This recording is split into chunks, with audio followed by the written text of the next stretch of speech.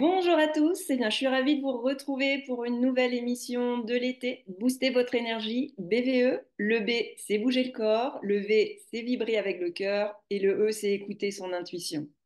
Et aujourd'hui, eh bien, mon invité est Tigrane. Bonjour Tigrane. Bonjour Nathalie, bonjour à toutes et à tous.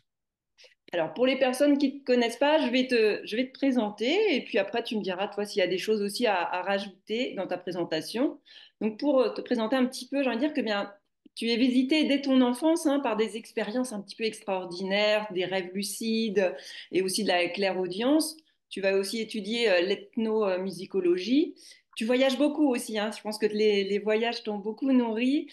Tu es le cofondateur de Mama Édition, hein, qui a été créé en 2000 avec Mishka Selinger-Châtelain.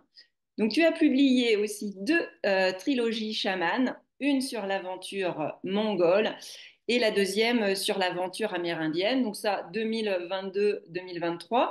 Là, j'ai le premier tome hein, pour montrer voilà, cette édition chamane. Et puis, bien, en 2024, eh bien, tu vas publier les 52 paroles chamaniques, toujours bien évidemment aux éditions Mama. Et puis, bah, ces 52 paroles, c'est des oracles que tu as reçus justement au fil des trois premiers tomes de l'aventure mongole. Donc, tu vas nous en parler un petit peu plus, mais ce qui est vraiment intéressant, c'est d'avoir ces 52 paroles, 52 semaines, hein. Je pense que c'est de les égrener chacun, en fait, comme il le souhaite, que ce soit une par semaine, une par jour ou quand on le souhaite. Mais tu invites vraiment le lecteur à aller puiser vraiment un éclairage et un réconfort ben, sur aussi son propre voyage. Et je voulais souligner qu'il y avait aussi des illustrations qui illustrent chaque oracle. Par exemple, je le mets là, qui sont à l'encre de Chine de Zhu. Je ne sais pas si je le prononce bien, mais c'est Yu Zhao. Tu vas pouvoir nous Parfait. le redire. Donc là, c'était pour te faire une présentation un petit peu générale de ton activité, de ce que tu fais. Maintenant, est-ce que tu aurais justement voilà, des choses à nous rajouter pour te présenter? Ça me semble très complet par rapport au sujet du jour et je t'en remercie. Alors, la première question que j'ai envie de te poser, tu vois, ce que j'ai ressenti, tu vois, en apprenant un petit peu à te connaître à travers les livres et tout, c'est, j'ai envie que tu nous partages cette notion de lâcher prise par rapport à l'écriture, tu vois, quand en fait, je crois que tu écrivais, hein, voilà, depuis ton enfance, et un jour tu décides de te dire, j'arrête d'écrire, et c'est là que tout commence, j'ai envie de dire. Oui, effectivement, j'écrivais de façon sans doute plus consciente, avec une intention, un désir particulier d'abord de tenir une sorte de journal intime, comme on dit, depuis l'adolescence en fait, plus que l'enfance peut-être.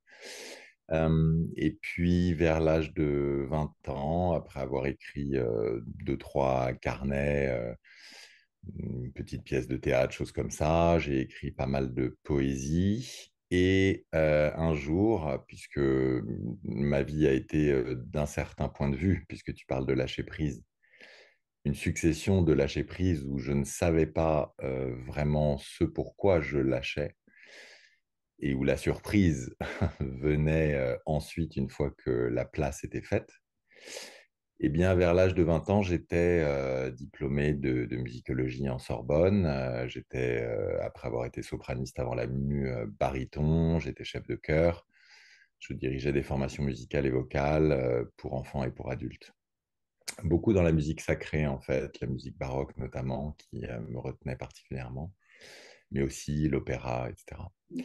Et puis j'ai bifurqué vers l'ethnomusicologie, l'acoustique et l'ethnomusicologie, ce qui m'a amené à aller enregistrer des concerts de musique ethnique sur divers continents. C'est du moins ce qu'on m'a présenté comme étant des concerts. J'ai vite compris que c'était bien plus que des concerts et qu'il y avait là des rituels avec des forces en présence, avec la capacité et le pouvoir qu'ont certaines cérémonies à faire bouger les lignes pour le bien des participants, pour réintroduire de l'harmonie entre des personnes, entre une tribu et le règne animal, le règne végétal si les récoltes ne sont pas bonnes, et bien d'autres choses encore qui nous amèneraient plus loin dans l'invisible. Alors que ma vie semblait tracée complètement dans la musicologie et l'ethnomusicologie, un jour, alors que j'étais en pleine répétition en tant que chef de chœur, j'ai entendu arrête tout. Donc, j'ai vite compris qu'il ne s'agissait pas de tout arrêter sur le moment et de faire une pause, mais de tout arrêter réellement, ces engagements, ce cursus, ce métier, cette carrière qui semblait dessinée. C'est le genre de grand saut dans le vide qui ne rassure pas les amis, les parents, les employeurs, les partenaires, etc. Néanmoins, il y a quelque chose dans ces invitations au lâcher-prise qui parfois n'est pas négociable. Mm. C'est un petit peu comme si votre âme adressait un message à votre esprit, comme si cette invitation venait d'une perspective plus large, plus ample que celle que vous découvrez vous-même, que vous planifiez, que vous programmez au fil de votre avancement conscient dans cette réalité quotidienne. Et donc, sentant que je n'avais pas vraiment le choix, j'ai effectivement tout arrêté, mais sans du tout savoir pourquoi, comme je l'évoquais au début. Pourquoi je lâchais tout? Pourquoi se lâcher prise? Pourquoi renoncer à ce qui était la sécurité, la stabilité, et que j'aimais beaucoup, hein, par ailleurs.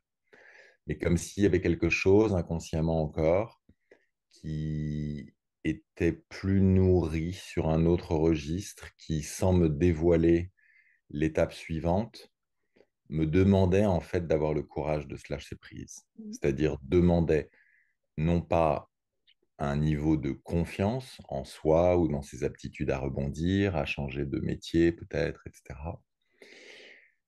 Mais quelque chose qui relève plus de la foi finalement dans ces moments de lâcher prise, puisque c'est le sens de ta question. Pourquoi la foi? Parce que quand ça n'est pas arrêter quelque chose pour une étape avec laquelle on est d'accord, euh, Mm. soi-même dans son plan, et que c'est vraiment un saut dans l'inconnu, mais qu'à la fois il y a une urgence à le faire, il y a un petit moment de frémissement, pour ne pas dire de vertige. Mais c'est peut-être là que le monde des esprits, pour certains, votre âme, pour d'autres, sans faire de mysticisme forcément, euh, vous teste et peut juger sur pièce de votre aptitude à faire le grand saut et au-delà de la confiance en soi, à pratiquer une forme de lâcher-prise qui là réclame vraiment, oui, de la foi, puisqu'il s'agit d'inconnus. Et on a pourtant des proverbes qui font partie de notre culture, du type ne pas lâcher la proie pour l'ombre. Donc ça n'est pas raisonnable en soi. Mm. On ne peut pas le justifier, on ne peut pas l'expliquer, ça peut isoler de sa famille, de ses partenaires professionnels, etc. Mais néanmoins, quand cette petite voix qui n'a de petite que le mot résonne de toute sa magnitude pour vous dire assez, il y a quelque chose qui t'attend et on ne va pas te dire quoi parce que la première étape, c'est à toi de la faire. Et ben voilà, on plonge. Donc ça, c'est une forme de lâcher prise et cet enchevêtrement de différents lâcher prise, pour parler de celui là à 21 ans par exemple, jusqu'à d'autres encore très récemment, pendant une trentaine d'années donc, à chaque fois, je n'ai aucune idée de ce qui va se passer après. Et pourtant, dès le lendemain, en général, il y a vraiment une seule nuit qui s'écoule.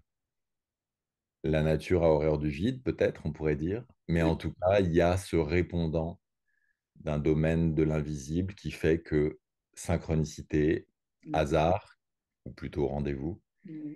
etc., etc., s'alignent avec une vitesse prodigieuse, une justesse impeccable, et vous font être ravis d'avoir eu le courage de lâcher prise. Tu vois, et comme après, la lâcher prise, moi, ça m'amène sur l'intuition quand tu parles de cette petite voix. Alors, si je te parle d'intuition, qu'est-ce qui résonne en toi? Est-ce que tu l'écoutes? Tu vois, on va dire Il y oui. a différents niveaux d'intuition, d'ailleurs, même dans le langage courant et sans aller dans des franges métaphysiques Mm. de la psyché, on parle d'intuition, on parle parfois d'instinct, ce qui peut être autre chose. Mm. On peut le qualifier d'instinct animal, par exemple, dans des registres particuliers. Mais l'intuition également, on peut la qualifier. On parle aussi d'intuition féminine. Mm. Donc, honneur à cette expression qui souligne cette sorte d'intelligence innée qu'a la femme pour le ressenti de certaines vibrations qui sont peut-être parfois plus difficilement accessibles pour des personnes, voire des hommes plus dans le mental, l'agir, etc. Alors qu'une femme, me semble-t-il, qu'elle devienne mère ou pas, mais qui porte en elle-même cette sorte d'intelligence dormante ou en devenir du vivant, et ce qui veut dire aussi la fragilité, la valeur, la préciosité du vivant, a une forme d'intuition parfois plus fine, plus rapide, plus indiscutable, qui ne relève pas du mental ou de la raison et qui fait corps avec la protection du nourrisson ou tout simplement cet état très particulier de la mère ou du féminin au sens large, j'allais dire. Et donc, on parle d'intuition féminine. Et Mais il y a pourquoi? également d'autres types d'intuition qui parfois ne passent plus du tout par les mots, qui ne relèvent pas d'un instinct de survie ou d'un instinct animal, et qui sont une sorte de radar, de sonar intérieur, de boussole, qui pour certains est très sensible au niveau du ventre, pour d'autres au niveau du cœur, mais qui en tout cas va plus rapidement que le cerveau rationnel, l'hémisphère gauche et le déroulé linéaire de pourquoi je fais ci et comment ça va se passer. Il y a quelque chose de beaucoup plus immédiat et fulgurant dans ces types d'intuitions, euh, qu'on est en général parfois troublé de suivre quand on n'a pas de moyens de les justifier. Alors, j'ai un arrêt sur image. Métamorphose, quand une fois encore, on les écoute. Donc la question, c'est peut-être pas tant à qui parle cette intuition, mais qui l'écoute finalement, Mhm. puisque ça peut réclamer une mise à disposition, parfois même une déprogrammation de certains réflexes, conditionnements, afin d'être en phase avec cette extraordinaire boussole intérieure qui peut aller beaucoup plus vite que le raisonnement et qui donc, dans beaucoup de situations, qu'elles soient concrètes et quotidiennes ou qu'elles soient beaucoup plus intimes, personnelles, voire existentielles et pourquoi pas spirituelles, ce type d'intuition qui va vous permettre un ressenti immédiat de si c'est bon pour vous ou pas. Ça peut être dans l'écriture d'une phrase et la façon dont vous choisissez de formuler les choses après en avoir ressenti le cœur sans en avoir encore le phrasé pour répondre à ta question sur l'écriture. Ça peut être sur prendre le chemin de gauche ou le chemin de droite, perdurer dans la compagnie de quelqu'un ou au contraire mettre immédiatement de la distance. Ça peut être aussi par rapport à des choix très importants où malgré différents facteurs qui plaideraient pour le plan A, finalement votre intuition vous dit de choisir quelque chose qui n'est pas si logique, pas si justifié, mais qui avec le temps va s'avérer très très légitime. Donc c'est un véritable allié que Mhm. cette intuition qui peut nous accompagner bien sûr dans l'écriture, le processus créatif, dans la vie de tous les jours et dans les questions les plus importantes qui nous permettent parfois d'honorer le rendez-vous qu'on a en fait avec soi-même. Et toi, comment tu l'as au quotidien? Comment ça se passe avec l'intuition? Est-ce que tu pourrais nous donner peut-être une anecdote? Cette petite voix que tu avais entendue quand on t'avait dit arrête tout, tu vois, par exemple, tu vois, est-ce que ça, tu pourrais dire que c'est de l'intuition? Oui, c'est un petit peu une forme d'intuition plus large que le simple réflexe de suivre telle voie plutôt qu'une autre. C'est également quelque chose où on peut pressentir parfois avec ces formes d'intuition plus fondamentales que si on ne l'écoute pas, on risque de le regretter, pour ne pas dire plus. C'est pour ça que je parle d'avoir rendez-vous avec soi-même et d'honorer ce type de message, d'être sensible à ces signaux qui peuvent parfois changer votre vie entière et lui donner une nouvelle impulsion, une nouvelle direction, même si parfois ça n'est pas confortable. Parfois l'intuition surgit pour mettre fin à une situation et ne pas patauger dedans pendant des années, qu'il s'agisse de changer de métier, quitter la personne qui vous accompagne, de déménager et toutes sortes de choses qui peuvent être extrêmement dérangeantes, évidemment. Cependant, il faut parfois sortir de sa zone de confort pour faire en quelques mois ce qui aurait pu vous prendre des années. Et cette intuition qui m'a dit de tout arrêter quand j'étais chef de chœur et bien installé dans le début d'une carrière musicale et en ethnomusicologie, elle m'a fait sentir très très vite, et ça c'est le corps qui sait, c'est-à-dire que vous n'avez pas à y réfléchir, vous ressentez quelque chose, il y a un appel, parfois hélas on se dit non, ça a l'air risqué, est-ce que je le mérite vraiment, est-ce que c'est vraiment pour moi, est-ce que c'est pas un peu fou? Mais c'est peut-être beaucoup plus fou et risqué de ne pas relever cette opportunité, dans le sens où si vous interrogez à ce moment non plus votre mental, mais votre corps, le corps sait parce qu'il sent. Et donc, immédiatement, il vous renvoie un message très positif qui est, oui, ça te fait du bien, va dans cette direction. Et il n'a pas besoin d'arguments ou de déroulés rationnels ou encore moins de stratégie prévisionnelle pour ça. Il sent dans l'ici et maintenant, dans chacune de vos cellules, en quoi tout d'un coup les choses s'allument davantage, se connectent davantage. Aujourd'hui, on pourrait dire parfois vibre plus haut. En tout cas, pour rester très simple et pragmatique, ça vous fait du bien. On se sent mieux et donc c'est la direction dans laquelle il faut aller. Alors que si vous faites une sorte de contre-interrogatoire de cette intuition, de ce corps qui sait, de cette âme qui vous guide, et que par sens du devoir, par rapport à un esprit rationnel et parfois tout simplement des responsabilités, peut-être même le spectre de la culpabilité, si on osait s'autoriser à franchir le grand pas alors que ça n'est pas très raisonnable, eh bien votre corps, lui, se contracte. Il vibre moins haut, comme on dirait aujourd'hui, encore une fois. Il semble tout d'un coup se resserrer. Et donc, cette réponse immédiate, cet écho, pour moi, c'est quelque chose qui dit ne va pas là.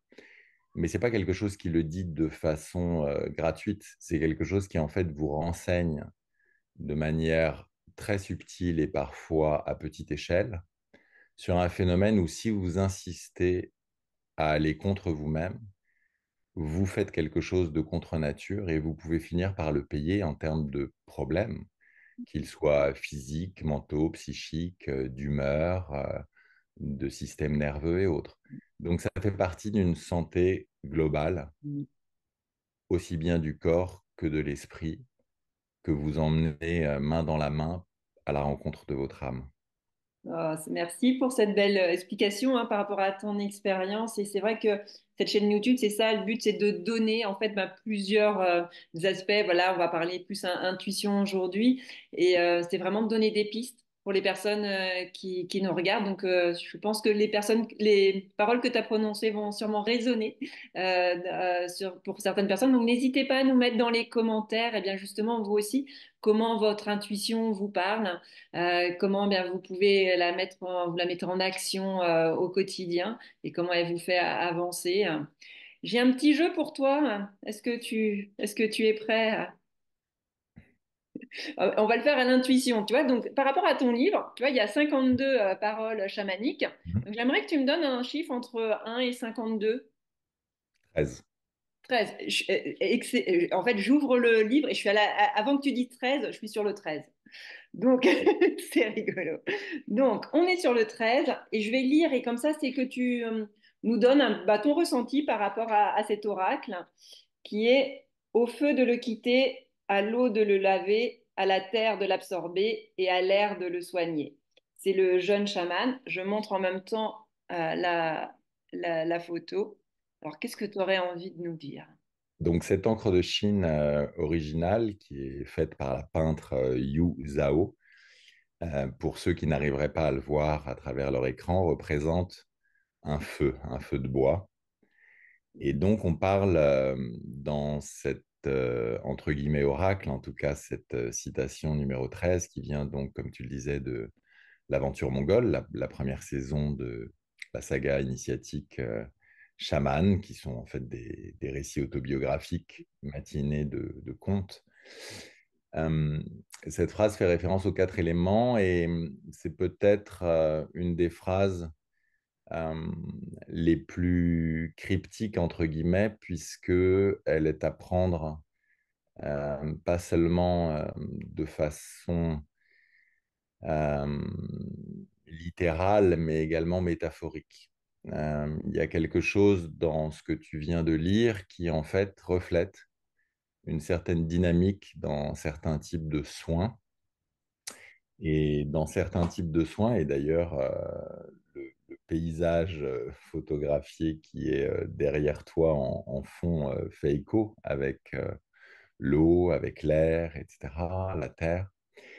Euh, Au feu de l'équité signifie la capacité qu'on a dans certains accompagnements de retirer une forme de colère, de surcharge, d'irritation, pour ne pas dire plus, chez quelqu'un qui peut être symbolisé par une forme de rougeur qui peut devenir très très concrète en matière de symptômes, y compris épidermiques.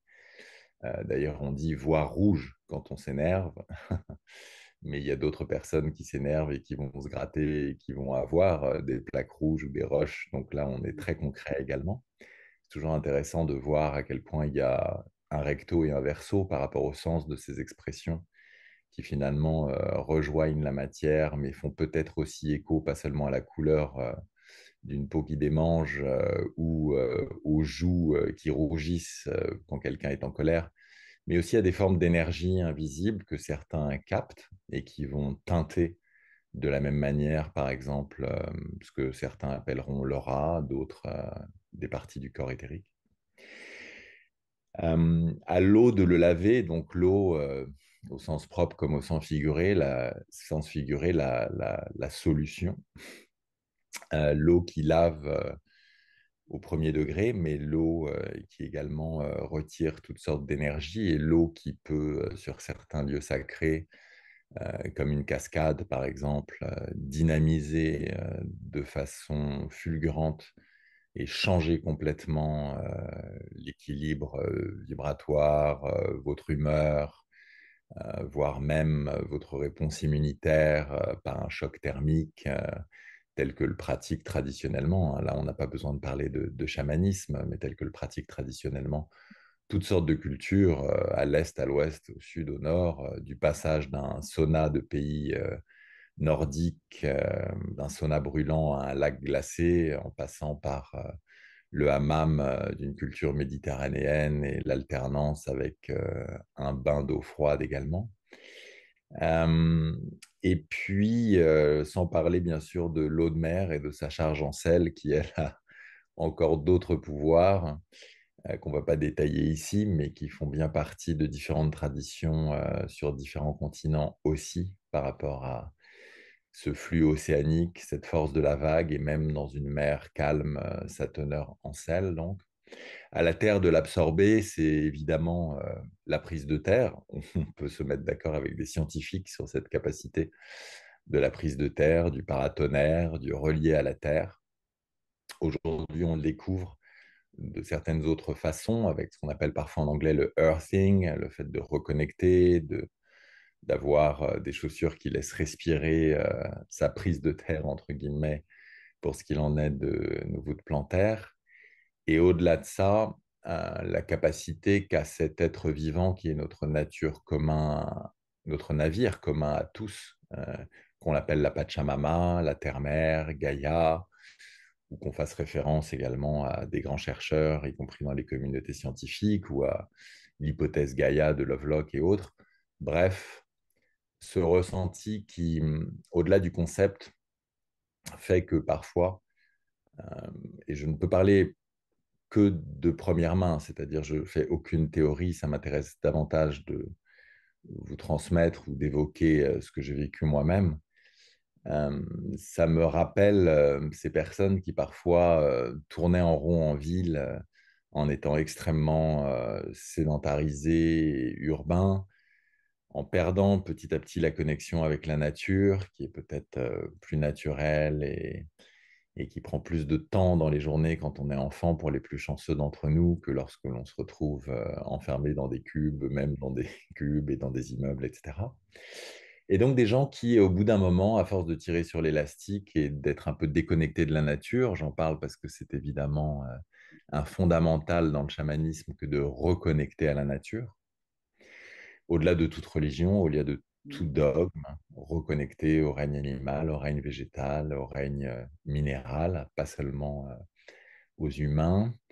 Euh, il y a là, dans différentes de ces cultures, une véritable médecine, dirait-il, toute simple, gratuite, abondante. Et en fait, pour avoir vu certains amis qui, je le disais, tournaient en rond un petit peu en milieu urbain et cherchaient différentes thérapies, coach, moyens complètement traditionnels via la médecine allopathique, moyens complémentaires via des thérapies énergétiques, etc., de se sentir mieux. Ça m'a beaucoup frappé le côté qui pouvait être salvateur, mais parfois aussi contre-productif à force de trop intellectualiser, de trop chercher en dehors de soi toutes sortes de méthodes, comme si ça dépendait forcément d'autres personnes et qu'on remettait un peu les clés de notre propre véhicule à des tiers extérieurs, comme si on acceptait de devenir dépendant de traitements, de choses parfois chères, parfois compliquées, très intellectuelles, qui peuvent prendre des années en termes de psychologie et autres. Ça m'a intéressé donc de voir, au bout d'un moment, qu'en emmenant ces personnes, par exemple, en forêt, Mm. et en les invitant tout simplement à retirer leurs chaussures et leurs chaussettes et marcher sur de l'herbe douce et fraîche, éventuellement parsemée de la rosée du matin, Mm.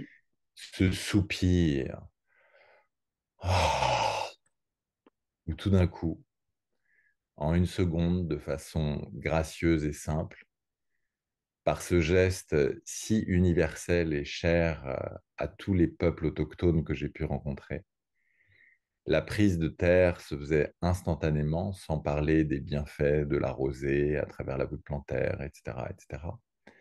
Mais de manière vraiment très, très banale, cette décharge et cette reconnexion qui, en quelques secondes seulement, non seulement allégeait, mais faisait remonter chez ses amis un bien-être dont ils étaient complètement déconnectés, même à travers toutes sortes de recherches longues et fastidieuses pour lesquelles ils continuaient en fait d'être dans la roue du hamster, alors qu'il suffisait de retourner à la Terre.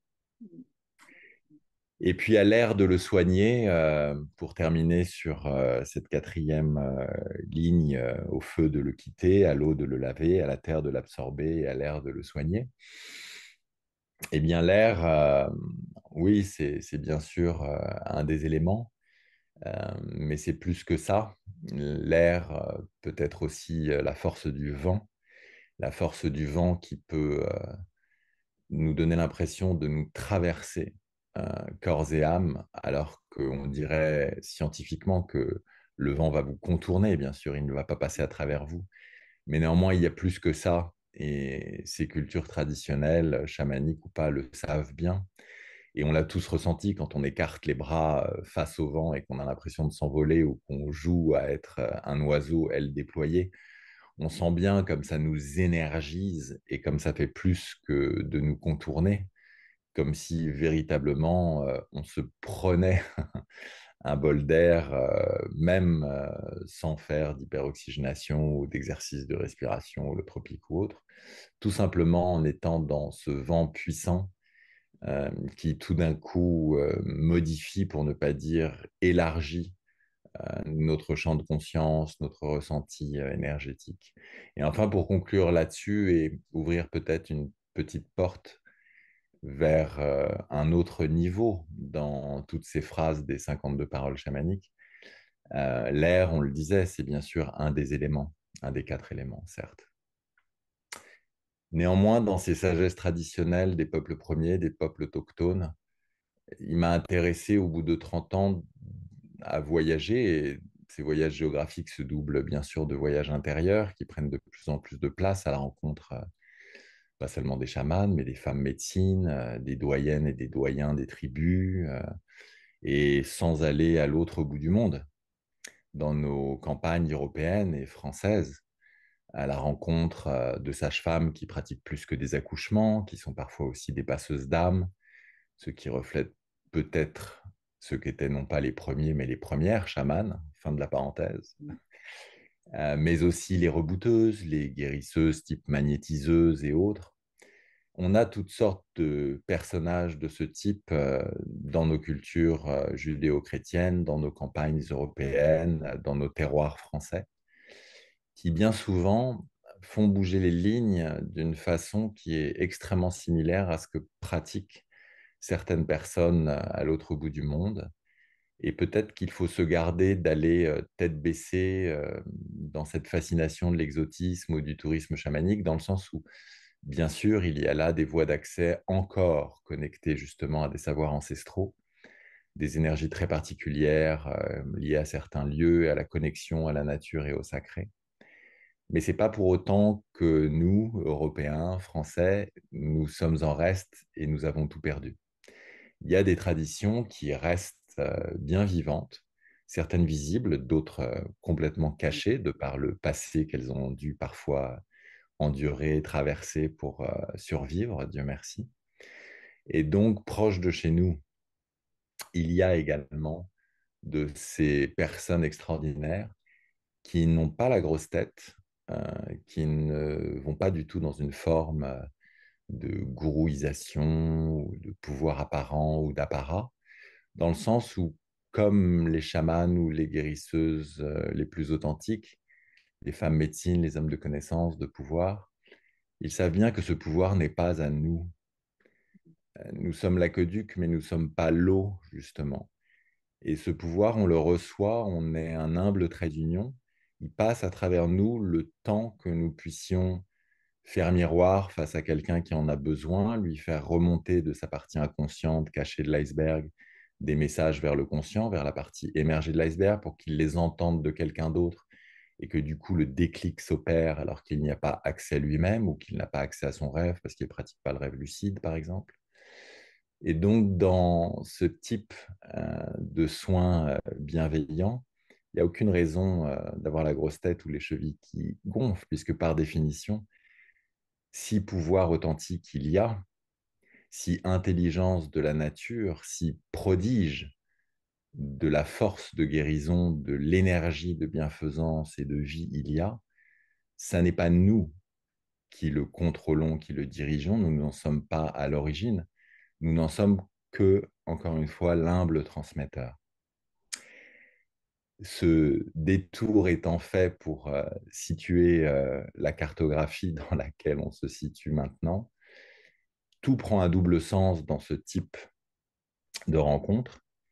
Et par exemple, quand on dit à l'air de le soigner, on y voit plus dans ces moments-là qu'un des quatre éléments, parce qu'on parle de l'air et on va pouvoir penser, bien sûr, au vent, à l'air que l'on respire, à ce qui semble vide autour de nous. On peut aussi parler du souffle, qui peut jouer un rôle très important dans ce type de rencontre, et le souffle, c'est plus que de l'air. Il y a également la pneuma pour faire référence à nos antiquités gréco-romaines et aux extraordinaires trésors de sagesse que certains ont décryptés pour nous et qui restent vibrants d'authenticité des siècles après. Mais il y a également un deuxième sens, et on pourrait dire qu'on oublie quand on parle des quatre éléments, l'éther. Mm. L'éther, ça n'est pas l'air, c'est autre chose. On pourrait dire aussi qu'il y a l'espace qui peut encore être vu différemment. Pourquoi? Parce que si on commence à parler d'éther et d'espace au-delà de l'air, on va aussi très vite parler du chi, par exemple, en Asie, Mm. ou de la force, y compris dans des cosmogonies contemporaines, comme la force du Jedi. Et là, on comprend bien qu'il ne s'agit plus d'air au sens physique du terme, mais qu'il s'agit d'une autre type de force invisible qui traverse tout et que l'on retrouve non seulement dans ces traditions chamaniques et les peuples autochtones, mais que l'on retrouve également au cœur des plus grandes traditions mystiques. Ah, merci pour ce beau partage. Et tu vois, c'est vraiment ma chaîne, c'est booster votre énergie. Donc, tu vois, c'est de finir sur cette énergie que chacun va pouvoir déployer aussi à son niveau. Et pour conclure, tu sais, je pose souvent cette question, c'est toi, qu'est-ce que tu fais pour booster ton énergie au quotidien? Est-ce que tu aurais une anecdote que tu aurais envie de transmettre aux personnes qui nous regardent? Je joue avec mon chat et je mange du chocolat. Eh ben, merci. Vous voyez, c'est chacun a ses petites habitudes, chacun va savoir en fait de se connecter à ce qui lui fait du bien. Pour toi, tu vois, voilà, c'est de jouer avec ton chat, de manger du chocolat. Et pour vous aussi, ben voyez, si vous voulez nous mettre aussi dans les commentaires en dessous, qu'est-ce que vous faites ou qu'est-ce qui vous met en joie, qu'est-ce que vous faites pour booster votre énergie au quotidien? Eh bien, on se fera un plaisir de lire vos commentaires. En tout cas, merci beaucoup, Tigrane, pour ce partage riche À vous. vraiment en profondeur. C'est vraiment tu as pu donner un éclairage vraiment différent et je pense que vraiment les personnes seront sensibles à tes propos. Donc merci beaucoup. Je remontre ton livre, le dernier, voilà, c'est 52 paroles chaman issues, mais il y a vraiment cette saga pour l'été, hein, il y a les deux trilogies. Euh, Oui, puisque tu parles de la deuxième trilogie, voilà, voici comme la ça. couverture du premier volet Voilà, de comme la ça. deuxième trilogie, l'aventure amérindienne, avec ce regard si Mm. particulier et à la Ah oui. force si profonde, Mm. celle du loup que l'on peut aussi retrouver parfois à travers nos chiens à nous. Tout à fait. Bon, encore merci beaucoup, Tigrane. Je vous souhaite un bel été à tous et on se retrouve prochainement pour une nouvelle émission BVE. À très bientôt. Et à tous. Au revoir. Au revoir.